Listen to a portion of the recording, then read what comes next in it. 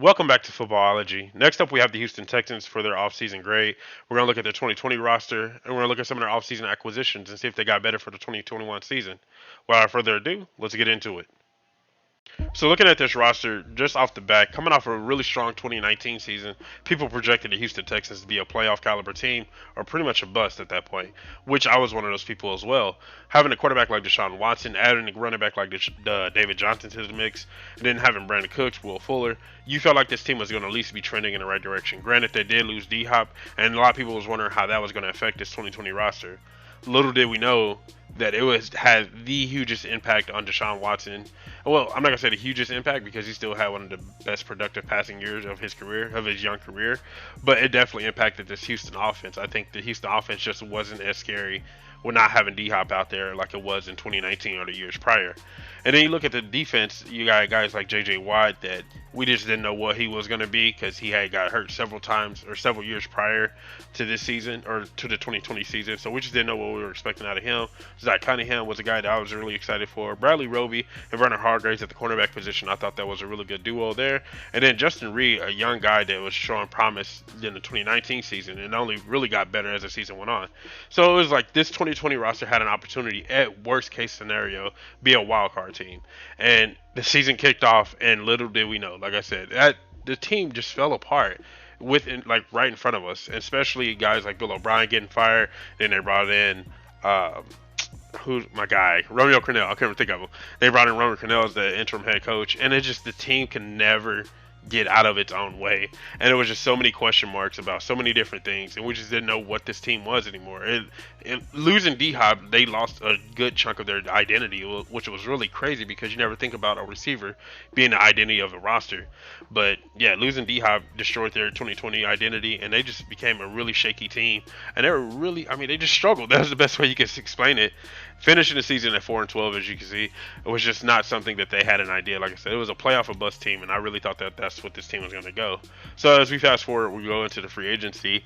After coming off an abysmal season, we knew that we had to get a new head coach because we had an interim coach in Romeo Cornell.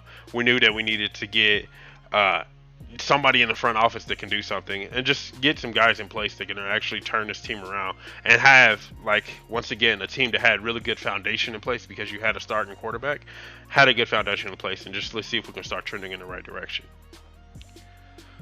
So starting off at the beginning of 2021, the Houston Texans went out and they said that we got to start at the very top, like every other good team that really wants to build a true foundation. You got to start at the top and work your way down the team. And they go out and they get a guy like Nick Caserio, who was a director of player personnel in New England, if I remember correctly.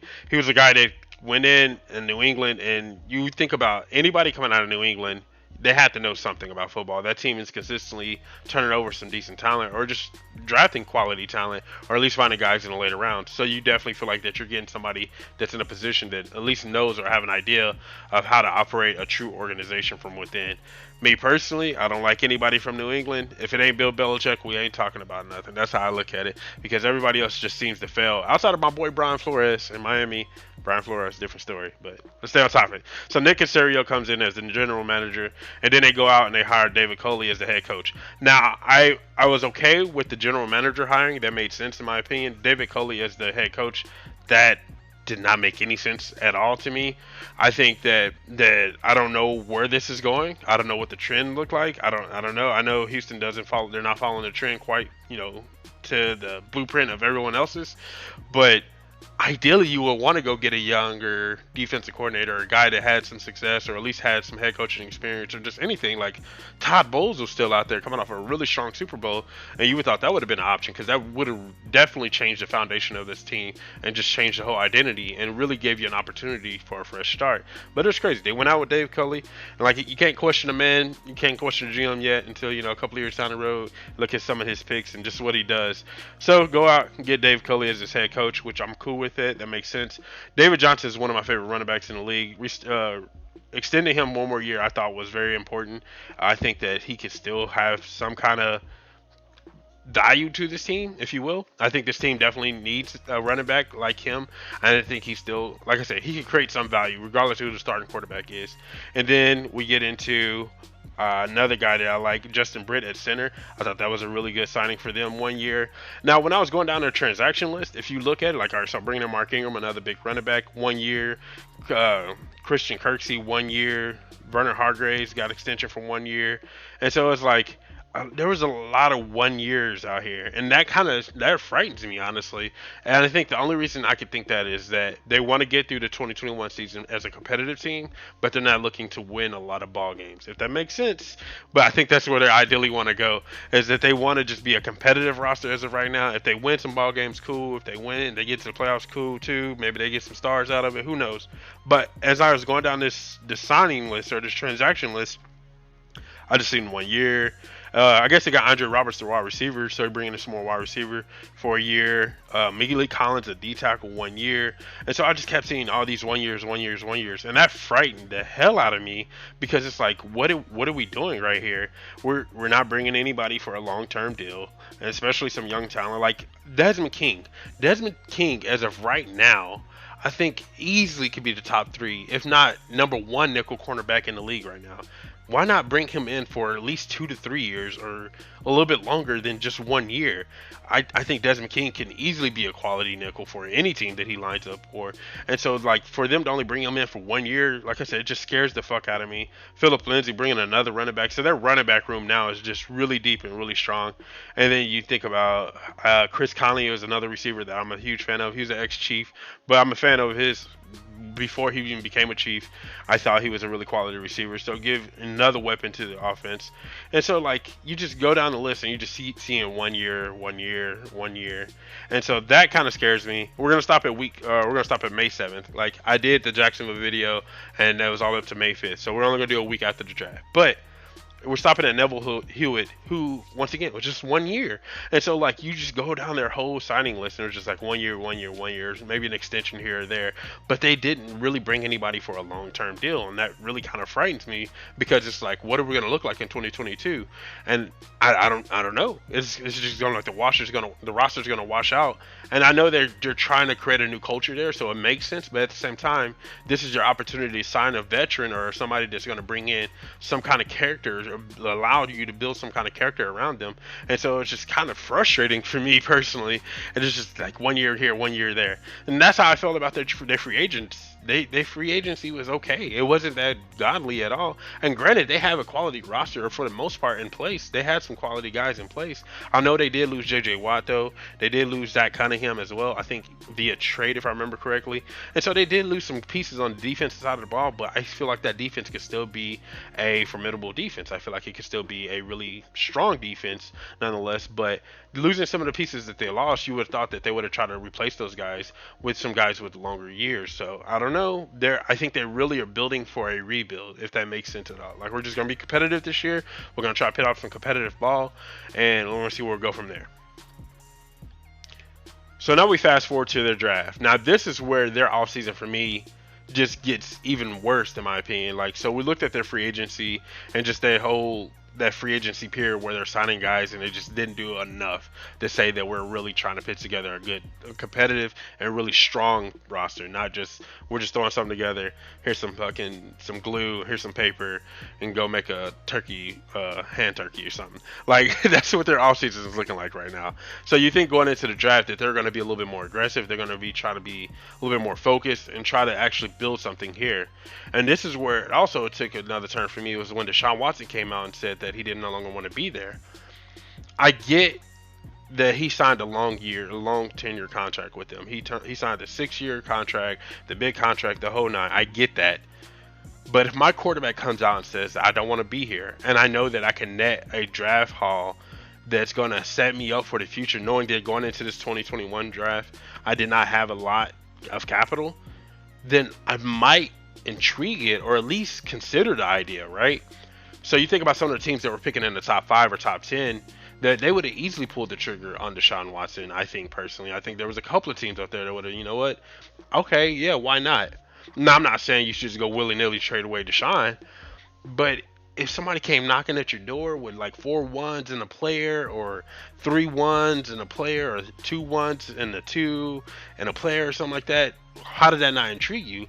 And This recently happened to me in Madden. I had a buddy of mine. I asked him if he wanted to trade up into the top five in the offseason franchise we were doing, and he was like, "Nah, nah, I'm good." And I'm thinking to myself, because he didn't have a big draft haul at all. Like he didn't have a lot of draft capital at all. I think he was picking in the fourth round. And I'm thinking to myself, like, if you just same situation with Houston, if you trade up with a top five team, now granted, a lot of quarterbacks are out there. Let's just say you didn't want a quarterback. Maybe David Mills was always your guy, which I like David Mills. I think it was a good pick. If David Mills was your guy and you can get him in the third round, and you wasn't trying to take a quarterback in the top five, how about we take that top five pick and create more value with that pick? Now, not only did we trade away a quarterback, granted, it's a void. I get it. But we trade away a quarterback, and then we take our top five pick, and we turn that into two more ones via whoever, or we turn it into something else via whoever or whatever. And next thing you know, the next 3 years, we got ones out of the Wang Tang because we traded away our starting quarterback. Then all this stuff came out with Deshaun Watson. His value went completely like now they can't trade him away for peanuts. And so, not saying that they should have struck while the iron's hot or anything like that, because what's happening to Deshaun is very unfortunate, and what happened to the women are very unfortunate. It's true. If those allegations are true and they're real and everything is true, that's very unfortunate. I'm not football aside, that's messed up. But if we're just looking at the pure football side of it, things, if my quarterback didn't want to be there, I don't want a disgruntled employee. Regardless, if you're a boss, I mean, you're in a leadership role, whatever the case may be, and you have a disgruntled employee, you're going to try to appease to them, to at least try to get them to stay, especially if they're a quality and strong employee and valuable to the team. Or you're going to say, okay, do whatever you can to get rid of them or whatever the case may be. And so at this point, Deshaun Watson said it clear, like blatantly, he don't want to be there. Just let him go, and you could have got a lot back. And so, anyways, I'm going on a rant now. And so their draft just didn't make sense from that point. And I think that's what killed their draft, in my personal opinion. Getting a guy like David Mills, though, in the third round, I think it was a quality pick. I think David Mills can come out and possibly be your starting quarterback with all this Deshaun stuff going on. Who knows what that's going to net and how that's going to end. And then Nico Collins, which was a wide receiver, a buddy, and I was just kind of extremely high on her, excited for a big body receiver, a guy I think he's not going to obviously, but a guy that they're going to attempt to replace D Hop with, and just try to add some more size on the outside. People like these speed receivers, but I think people are falling asleep on having some size on the outside. Having a size receiver on the outside changes the ball game. Now that speed guy can work from the inside out or whatever the case may be. So getting a guy like Nico Collins makes sense to me. Brevin Jordan was a guy that I kid you not that I didn't learn anything about until maybe a week to 5 days prior to the draft, and at that point I was all over Brevin Jordan, so I thought that was a good pick in the fifth round as well. And then the last two picks, I don't know, the Roy Lopez and everything, Garrett Willow, I'm not gonna lie to you guys, I don't know nothing about them. I didn't do any research. Even before this video I didn't do any research, and so we're just gonna call them a wash. And so like this draft now just looks bland. David Mills being your best pick, granted it was your first pick in the third round, that sucks, because I think this draft could have been so much more for you, not only for the 2021 NFL draft, but for the 2022 or the 2023, and so forth and so on. That Deshaun trade could have netted you so much more growth that I think you gave it credit for. And just looking at their overall offseason, they deserve a big F, and I'm happily and willing to give this to them, because I mean their whole entire offseason doesn't make sense. It doesn't set them up for the future at all. You're banking on maybe David Mills coming out and looking like something special. Maybe Brevin Jordan develops into something. Maybe some of your young talent in place does something. Who knows? But you're banking on way too much. And I'm not saying my route or any other route would have been more secure or have more certainty, but signing guys, all your free agents, to 1 year contracts here and there, or 1 year extension on some of the guys on the roster, doesn't feel like you're building a team for the future, or even building a team to start, or at least potentially even make the playoffs. It just doesn't feel like they did enough to this roster to say that we actually care and that we're trying to move forward and try to be a winning organization one way or the other, with or without Deshaun. And I just, their whole entire offseason, it coupled everything together is an F. They did not get better. They won't be better. They will be picking in the top three, top two, like they were this year, or should have been this year. It's gonna be bad. And that's if That's if Deshaun doesn't start, or I guess if you would say even if Deshaun does start, I think they're still going to be bad. And it's just it's so frustrating. It really is frustrating.